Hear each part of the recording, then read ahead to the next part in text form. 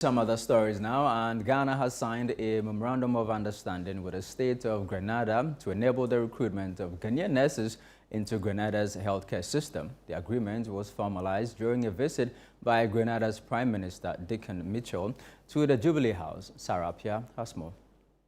The high-level engagement sought to deepen bilateral relations between Ghana and Grenada, focusing on health, trade and cultural collaboration.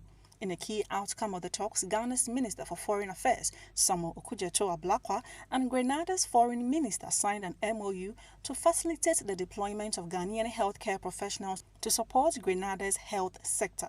President John Dramani Mahama welcomed the agreement, describing it as a milestone that promotes mutual benefit and strengthens cooperation between the two nations. In the health sector, Grenada's interest in recruiting Ghanaian nurses and allied health professionals presents a valuable opportunity for structured collaboration between our two countries.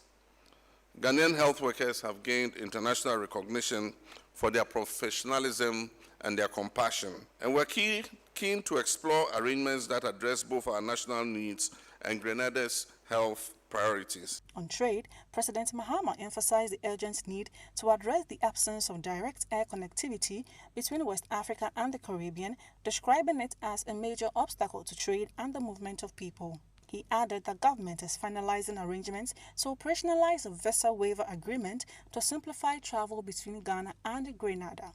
The Afro-Caribbean Trade and Investment Forum, active, is another avenue to strengthen the trade and investment connections between Africa and the Caribbean. However, one significant barrier continues to hinder our cooperation, and that is the lack of direct air connectivity between the Caribbean and Africa. This limitation restricts the movement of people, goods, and services. We must collaborate to change this situation. Reiterating his commitment to reparative justice, President Mahama disclosed plans to present a motion at the United Nations by 2026 seeking official recognition of the transatlantic slave trade as one of the gravest crimes against humanity. Africa calls for reparative justice is no longer a whisper. It is a unified demand grounded in historical truth, moral clarity, and our unwavering commitment to dignity. And I look forward to Ghana and Grenada collaborating alongside other partners to promote this moral and historic cause. At the UN General Assembly this year, I served notice that Ghana intends to file a motion at the United Nations next year to declare slavery as one of the greatest crimes against humanity.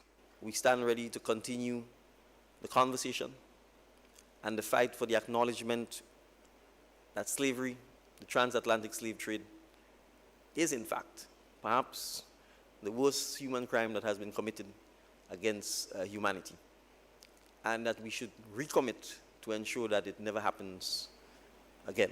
He also revealed plans to establish direct flights between Africa and the Caribbean to enhance connectivity, boost trade, promote tourism, and strengthen cultural ties.